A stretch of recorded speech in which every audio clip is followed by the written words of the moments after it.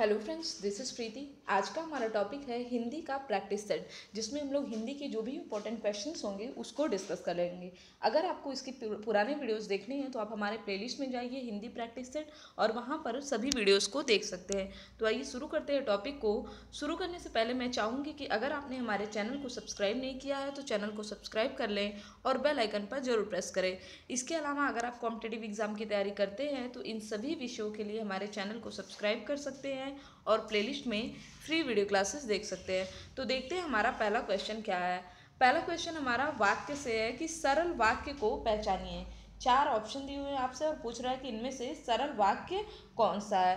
तो पहला पढ़ते हैं कि श्याम पुस्तक पढ़ रहा है। देखिए, पहले ही हमें पता चल गया श्याम पुस्तक पढ़ रहा है। क्यों यहाँ सरल वाक्य? क्योंकि इसमें एक ही विधेय है।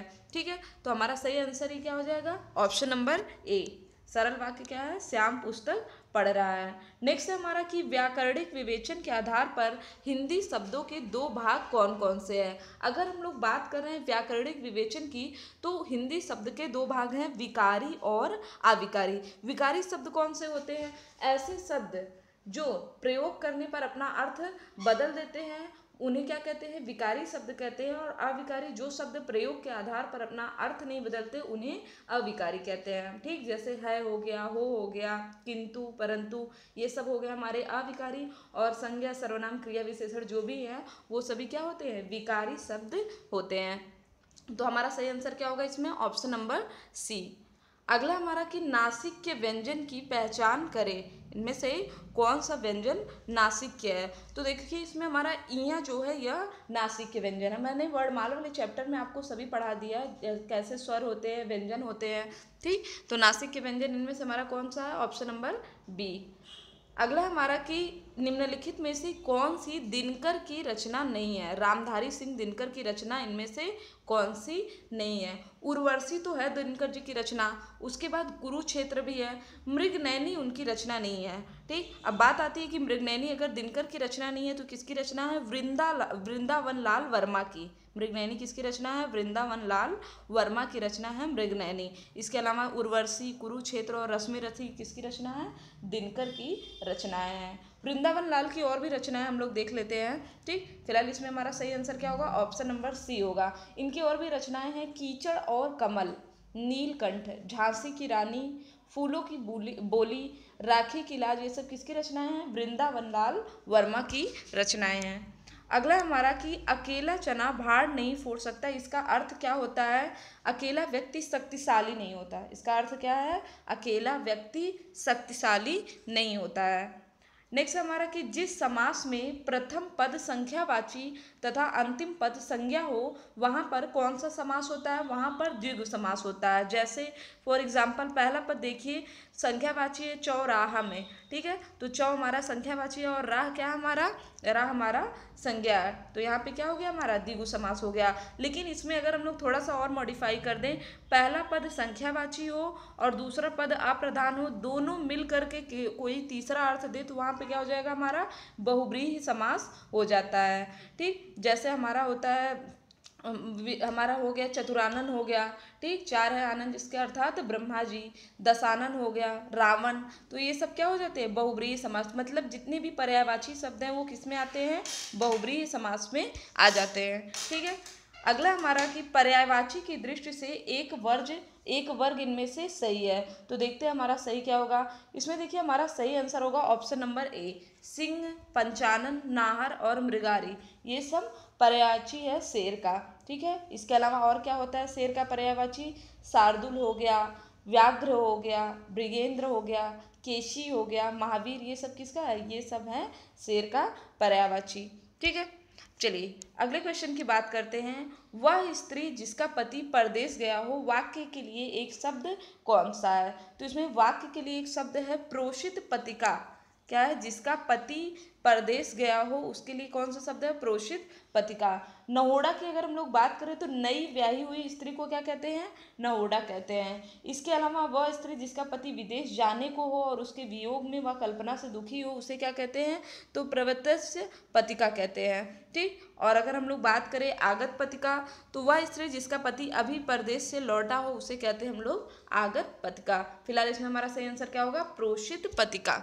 नेक्स्ट हमारा विशेष क्या होते हैं। तो मैंने आपको बताया था कि जिस शब्द की विशेषता बताई जाती है उसे विशेष कहते हैं और जो विशेषता होती है उसे विशेषण।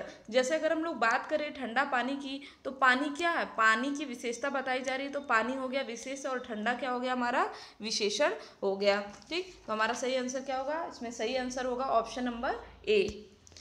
अगला हमारा कि निम्नलिखित वाक्यों में से किसमें अकर्मक क्रिया प्रयुक्त होती है। अकर्मक क्रिया इसमें हमारा कौन सा प्रयुक्त है, शिशु सो रहा है।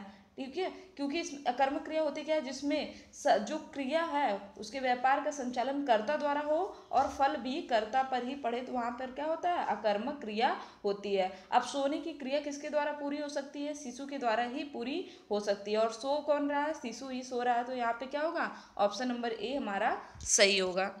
अगला हमारा कि शुद्ध वर्तनी वाले शब्द का चयन करिए। तो शुद्ध वर्तनी वाला शब्द है हमारा इसमें अंत्याक्षरी, जबकि बाकी क्या है, गलत है। पूजनीय नहीं होता है, पूजनीय होता है। तदुपरांत नहीं, यहाँ पे होता है तदुपरांत। ठीक, इसके अलावा कवियत्री नहीं, कवयत्री होता है। ठीक है, क्या होता है, कवयत्री होता है। यहाँ पे लिखा है कवियत्री। ठीक, तो हमारा सही आंसर क्या होगा, ऑप्शन नंबर ए। नेक्स्ट है हमारा कि वाकजाल का संधि विच्छेद क्या होगा। तो इसमें होगा हमारा वाक, ऑप्शन नंबर ए, वाक धन जाल। ये कौन सी संधि है, तो यह एक व्यंजन संधि है। अगला है हमारा आयु शब्द निम्नलिखित में से किस बोली का है। आयु शब्द ब्रज बोली का है। कौन सी बोली का है, ब्रज बोली का। और ये कहाँ पे बोला जाता है, मथुरा हो गया, अलीगढ़, हाथरस, इन सब जगहों पर बोला जाता है। ठीक, कौन सा है, ब्रज। नेक्स्ट हमारा कि अलमारी किस विदेशी भाषा का शब्द है। अलमारी पुर्तगाली शब्द है। और भारत में अगर हम लोग बात करें तो सबसे पहले 1498 में कौन आया था, वास्को डी गामा आया था, एक पुर्तगाली नाविक था।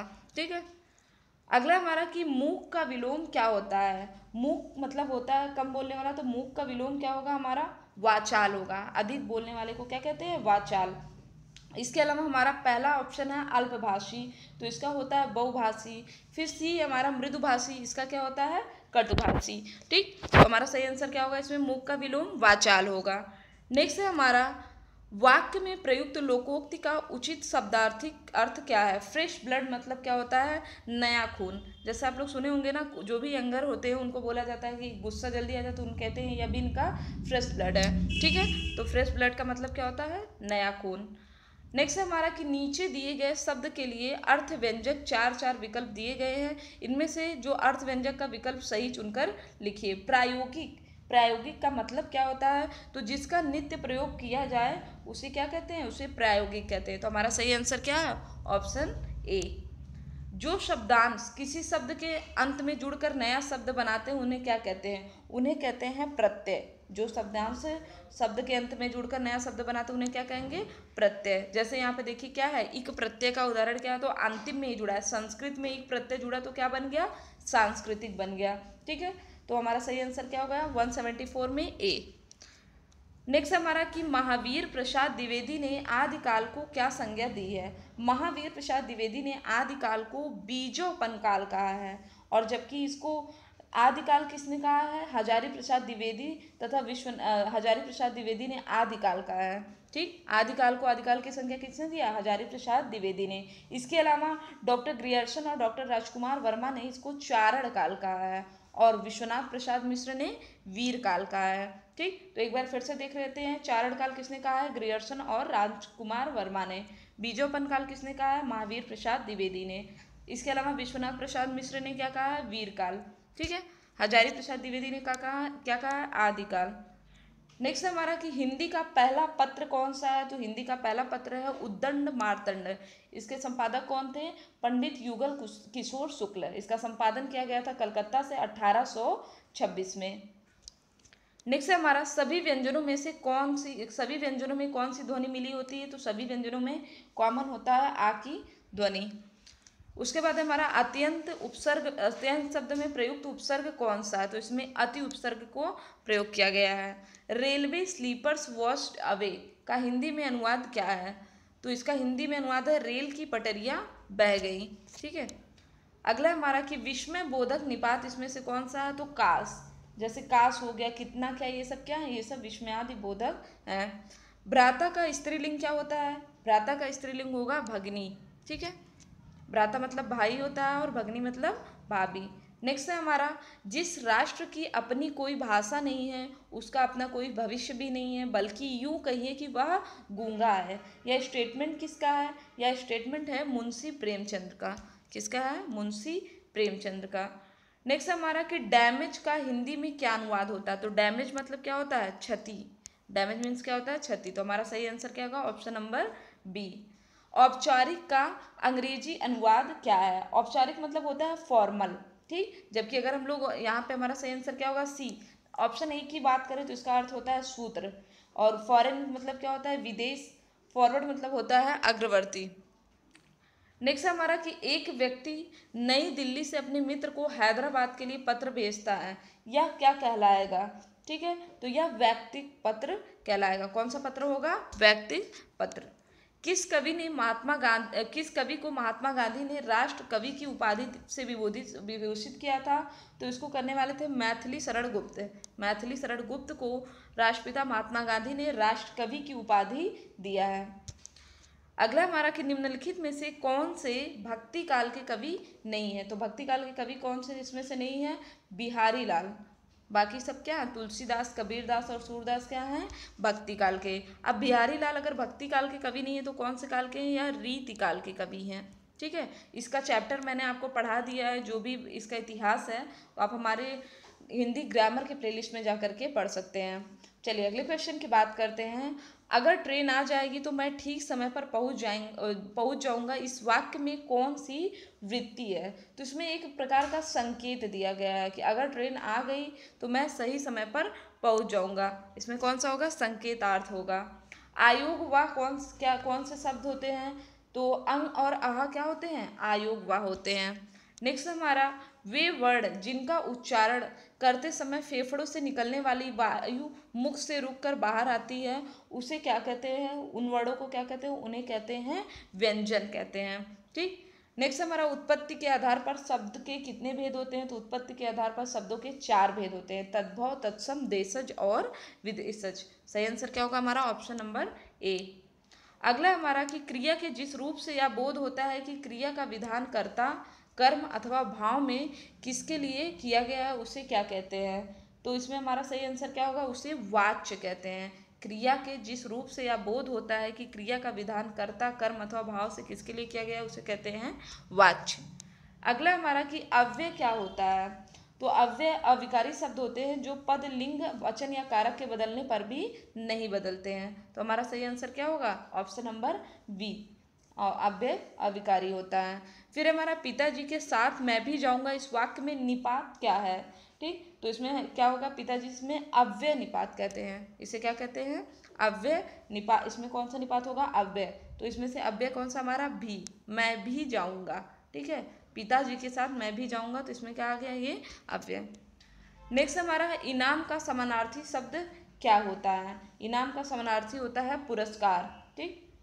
अगला हमारा कि चिदम्बरा के लिए किस कवि को ज्ञानपीठ पुरस्कार दिया गया था?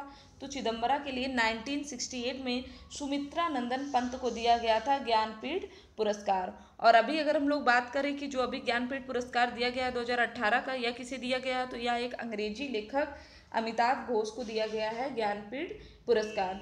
ठीक। अगर हम लोग बात करें चिदम्बरा के लिए सुमित्रा नंदन पंत, तो ये ज्ञानपीठ पुरस्कार प्राप्त करने वाले पहले हिंदी भाषा के कवि थे। नेक्स्ट हम लोग बात करते हैं विशेषण कितने प्रकार के होते हैं? तो विशेषण कुल 4 प्रकार के होते हैं। सार्वनामिक विशेषण, संकेतवाचक विशेषण, गुणवाचक विशेषण और संख्यावाचक विशेषण, परिमाणवाचक विशेषण। ठीक है, सार्वनामिक और संकेतवाचक हमारा सेम होता है। तो विशेषण के कुल कितने प्रकार हो गए? 4। अगला हमारा कि भारतीय शब्द का बहुवचन क्या होता है? भारतीय का बहुवचन होता है भारतीयों। क्या होगा? ऑप्शन नंबर बी, भारतीयों। नेक्स्ट है, ना नौ मन तेल होगा, ना राधा जाएंगी। ठीक, तो इसमें क्या होता है? इसमें क्या फिल होगा? ना राधा नाचेंगी। ठीक, तो इसका क्या होगा? रिक्त स्थान पर ना नौ मन तेल होगा, ना राधा नाचेंगी। सही आंसर क्या होगा? Option number C. अगला हमारा कि I do not press my amendment, इसका हिंदी में अनुवाद क्या होगा, इसका होगा मैं अपने संशोधन पर आग्रह नहीं करता। तो हमारा सही आंसर क्या होगा, मैं अपने संशोधन पर आग्रह नहीं करता, ऑप्शन नंबर बी। तो ये थे हमारे आज के इंपॉर्टेंट क्वेश्चंस। आई होप कि आपको वीडियो पसंद आया होगा। वीडियो पसंद आया तो चैनल को सब्सक्राइब करें, शेयर करें और लाइक करना ना भूलें। डेली अपडेट्स पाने के लिए बेल आइकन पर जरूर क्लिक करें। Thank you friends, thank you so much.